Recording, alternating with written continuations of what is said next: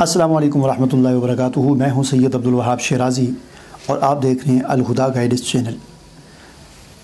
جادو نگری اور جنات کی دنیا ویڈیوز کا یہ سلسلہ ہمارا جاری ہے اور اس سلسلے کی ایک اور ویڈیو لے کر آپ کے سامنے حاضر ہوا ہوں۔ ناظرین، آج کی جو میری ویڈیو ہے، اس ویڈیو میں یہ ویڈیو ان لوگوں کے لیے جو اپنا حساب کتاب کروانا چاہتے ہیں، جو یہ چاہتے ہیں کہ ہمارا کوئی حساب کر کے بتائے، اور جو مختلف عاملوں کے پاس، کاہنوں، نجومیوں اور عرافوں کے پاس جا کر یا فون کے ذریعے، واٹس ایپ کے ذریعے ان سے سوال کرتے ہیں کہ آپ ہمیں بتائیں ہمیں کیا مسئلہ ہے، یہ میرا نام ہے، یہ میری والدہ کا نام ہے، آپ حساب کر کے ہمیں بتائیں۔ اور مجھے بھی اس طرح کے بہت سارے میسیج آتے ہیں کہ جی ہمیں بتائیں ہمیں کیا مسئلہ ہے، یہ میری والدہ کا نام، یا یہ پوچھتے ہیں کہ ہم پر کس نے جادو کیا ہے، آپ ہمیں یہ بتا دیں کہ ہم پر جادو کس نے کیا ہے۔ چنانچہ وہ جاتے ہیں، اپنا نام بتاتے ہیں، اپنی والدہ کا نام بتاتے ہیں، اور پھر وہ جو بتانے والا ہوتا ہے وہ ان ناموں کے اعداد نکالتا ہے، ذائچے بناتا ہے، اور اس سے وہ ایک بات بتاتا ہے کہ جی آپ پر فلاں نے جادو کیا ہے، یا آپ پر کالا جادو ہے، یہ ہے وہ ہے، ٹھیک ہے جی۔ بہرحال یہ بات کتنی خطرناک ہے اس کا آپ اندازہ نہیں کر سکتے۔ اس سے آپ کا ایمان چلا جاتا ہے، انسان اس دین کا گویا کہ انکار کر بیٹھتا ہے جو حضور نبی کریم صلی اللہ علیہ وسلم لے کر آئے تھے۔ اور یہ بات میں نہیں کہہ رہا، خود حضور نبی کریم صلی اللہ علیہ وسلم نے فرمائی۔ آپ نے فرمایا من اتا عرافا، فرمایا کہ جو کسی عراف کے پاس آئے، فسألہ عن شیء، اور اس سے کسی چیز کے بارے میں سوال کرے، فرمایا کہ اس سے وہ صرف سوال کرے، کسی غیب کی بات کے بارے میں سوال کرے کہ آپ مجھے یہ بتا دیں، تو فرمایا کہ اس کی 40 دن کی نمازیں قبول نہیں ہوگی۔ اور دوسری حدیث پہ آپ نے فرمایا کہ من اتا کاہنا، کہ جو کسی کاہن کے پاس گیا اور فصدقہ بما یقول، اس سے ظاہر اس نے سوال کیا، اس سوال کے جواب میں اس کاہن نے کوئی جواب دیا،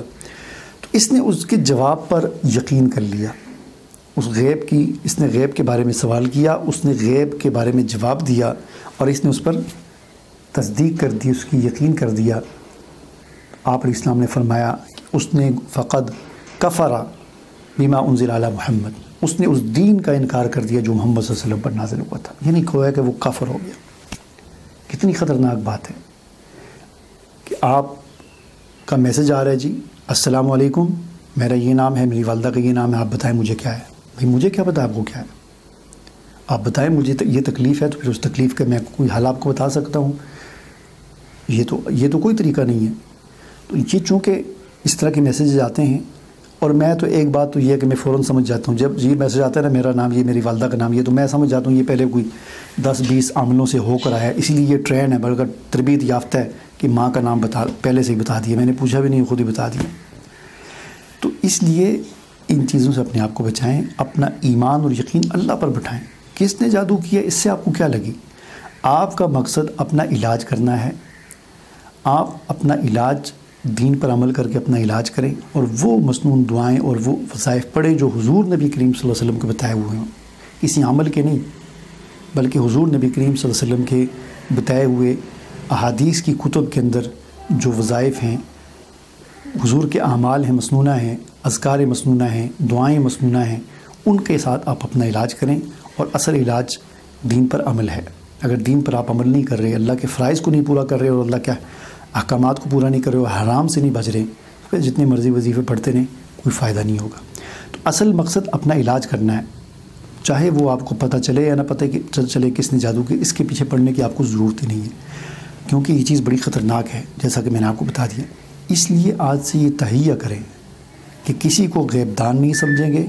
اور نہ ہی کسی سے اس کے بارے میں سوال کریں گے ہم۔ مجھے اجازت دیجیے، اللہ حافظ۔